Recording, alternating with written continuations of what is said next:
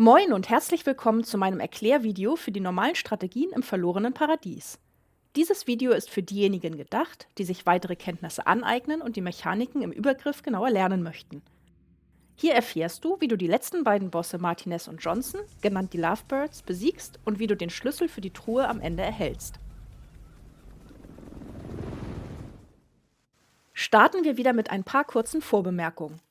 Auch für die Lovebirds kannst du dein rotes Stürmerbild weiter nutzen, was du bisher gespielt hast. Da es hier etwas mehr darauf ankommt, in kurzer Zeit viel Damage auszuteilen, wäre es gut, wenn du die exotischen Handschuhe Blutige Knöchel dabei hast und in dein Bild einbauen kannst. Wenn ihr keine blutigen Knöchel habt, nutzt sonst alternativ die benannten Handschuhe von Petrov, die Dienstleisterhandschuhe. Die Overdogs solltet ihr hier nicht verwenden, weil diese bei den Bossen nicht funktionieren. Für die beiden Hauptstrategien bei den Lovebirds musst du Folgendes zum Spielbereich wissen.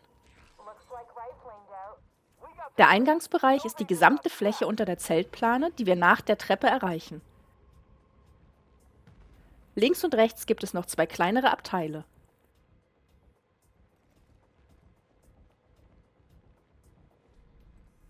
Der zweite wichtige Bereich ist das Eingangsportal zum Anwesen, das sich auf der gegenüberliegenden Seite befindet.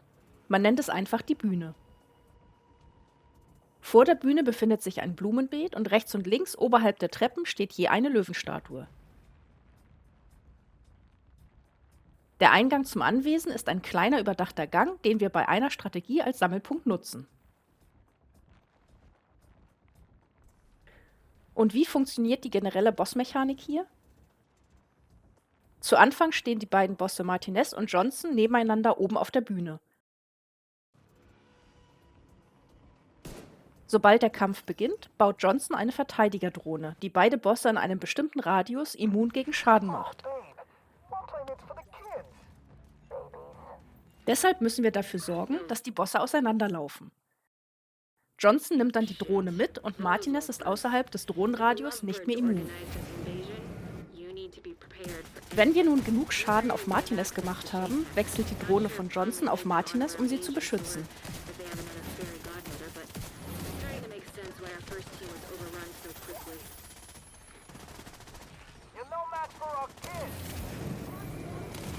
Nun müssen wir genug Damage auf Johnson machen, damit die Drohne wieder wechselt. Wenn einer der Bosse die Drohne bei sich hat, wird dieser allerdings wieder hochgeheilt. Deshalb müssen wir die Drohne zerstören, sobald sie von einem Boss zum anderen wechselt.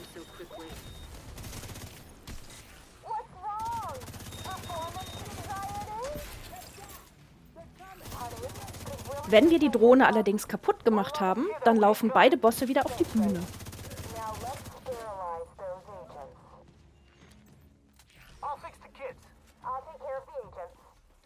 Johnson baut eine neue Verteidigerdrohne und stellt seine Snipergeschütze auf. Und Martinez startet nach einer Weile einen Mörserhagel. Deshalb kommt es bei den folgenden Boss-Strategien nicht nur auf den Damage an, sondern auch auf das Timing. Kommen wir nun zu den beiden Hauptstrategien bei den Lovebirds.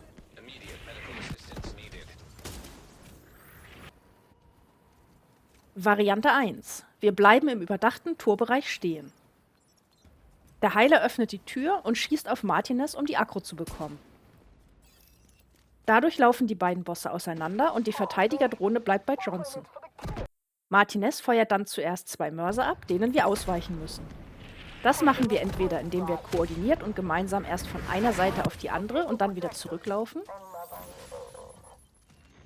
oder wir bleiben in einer Ecke stehen und laufen dort einfach gegen den Zaun, sobald die Mörser abgeschossen werden. Dann erreichen uns die Einschläge nicht.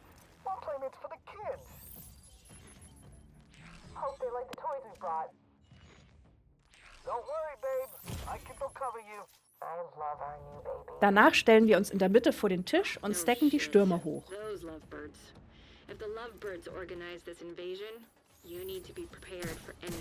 Sobald wir genug Schaden auf Martinez gemacht haben, wechselt die Drohne von Johnson zu Martinez. Wir schießen die Drohne kaputt und machen dann sofort weiter Damage auf Martinez. Der Heiler versucht, im richtigen Moment verschiedene Buffs zu platzieren.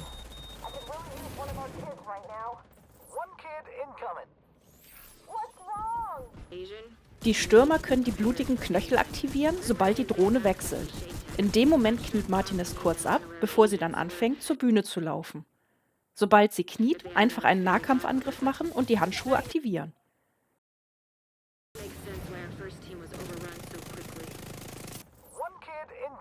Wenn wir es schaffen, so viel Damage zu machen, dass Martinez auf dem Rückweg zur Bühne anhält, dann können wir sie recht entspannt runterschießen und killen.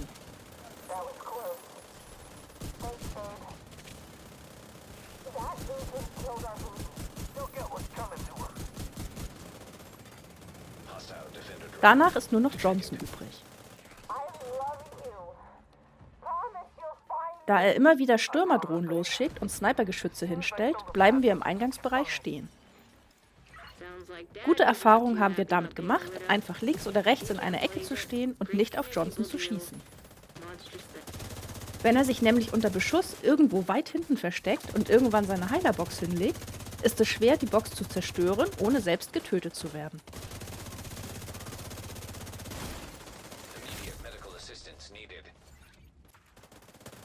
Es werden zwischendurch immer wieder Drohnen zu uns kommen, die wir kaputt schießen müssen. Auch ein paar Ads und Schildträger kommen in den Eingangsbereich. Wenn Johnson dann dicht genug herangekommen ist, schießen wir nur noch auf ihn.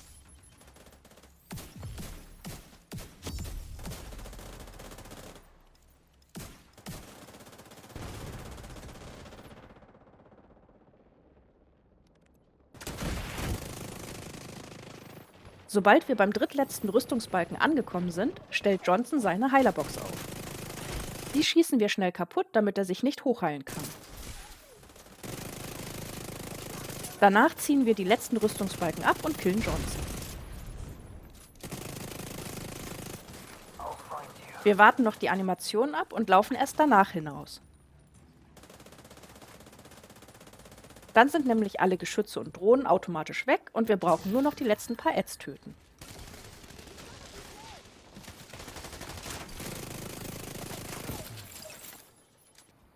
Variante 2.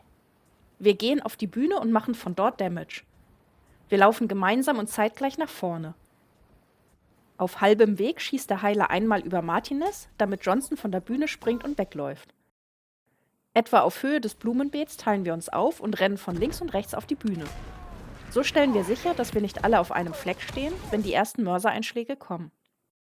Wichtig ist danach, sich noch nicht in den Durchgang zu stellen, sondern erst den Stürmer an Martinez hochzustacken. Sobald wir genug Damage gemacht haben, wechselt die Drohne von Johnson auf Martinez, sodass wir die Drohne kaputt schießen können. Danach kommt Johnson zu uns auf die Bühne gelaufen. Wir stellen uns alle in den Durchgang hinter der Bühne. Wir schießen dann beide Bosse runter. Bei Martinez achten wir darauf, dass wir nur ungefähr die Hälfte der Rüstung wegnehmen, damit sie nicht zu früh ihren Mörserangriff startet. Deshalb kümmert sich oft nur ein Damage-Dealer um Martinez und die anderen beiden sind für Johnson eingeteilt. Dieser droppt gegen Ende wieder seine Heilerbox, die wir schnell kaputt schießen. Dann killen wir Johnson als erstes und danach so schnell wie möglich Martinez. Kleiner Hinweis: Um alle Artefakte aus dem Übergriff zu bekommen, musst du einmal Martinez zuerst killen und in einem weiteren Run zuerst Johnson. Wenn beide Bosse tot sind, laufen wir aus dem Durchgang raus und kümmern uns noch um die restlichen Ads. Dann ist es geschafft.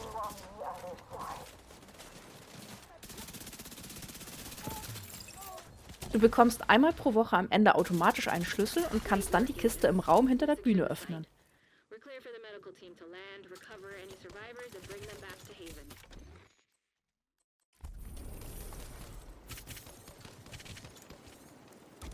Dort hast du die Chance auf die exotische Maschinenpistole Ouroboros.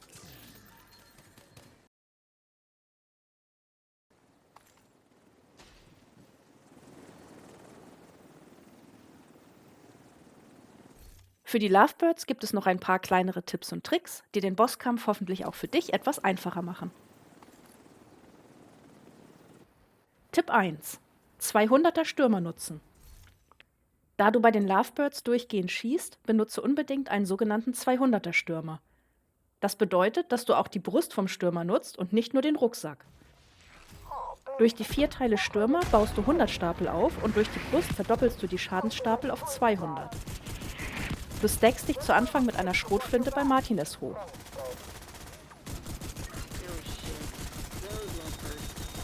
Dann wechselst du auf ein Sturmgewehr oder eine NP und schießt durchgehend auf die Bosse.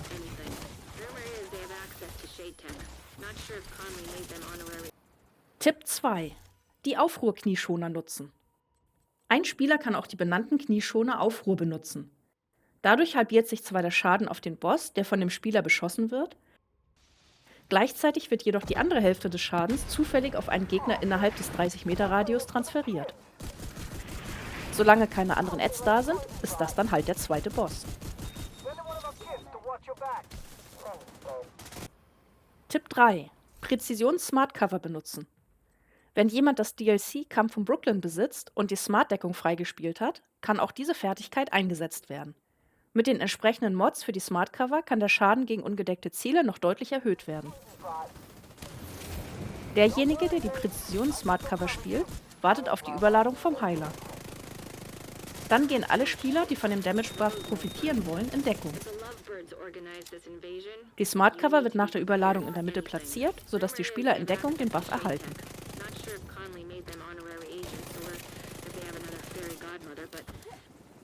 Tipp 4: Bemessene Montage anstelle eines Zukunftsinitiative-Heilers nutzen. Wenn es einer dieser Tage ist und es wirklich mit dem Schaden nicht passen sollte, dann könnt ihr anstelle des Zukunftsinitiative-Heilers auch einen Heiler mit dem Set Bemessene Montage nutzen. Solange ihr zusammen im Radius des Drohnenstocks oder der Smart-Deckung bleibt, werden sowohl die Snipergeschütze von Johnson als auch die neu gebaute Verteidigerdrohne sofort zerstört. So habt ihr genug Zeit, die beiden Bosse herunterzuschießen und zu killen.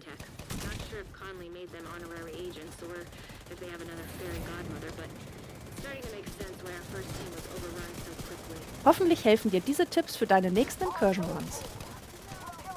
Dies war nun mein letztes Video für das verlorene Paradies. Solltest du weitere Fragen haben, hinterlasse mir deine Frage gerne als Kommentar oder schreibe mir eine Nachricht.